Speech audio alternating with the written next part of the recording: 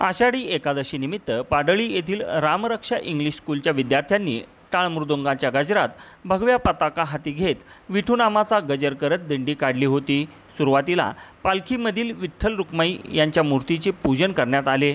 त्यानंतर वारकरी वेश परिधान केलेल्या बालगोपाळांनी चौक, मुख्य रस्ता इत्यादी ठिकाणी रिंगण सोहळा देखील केला।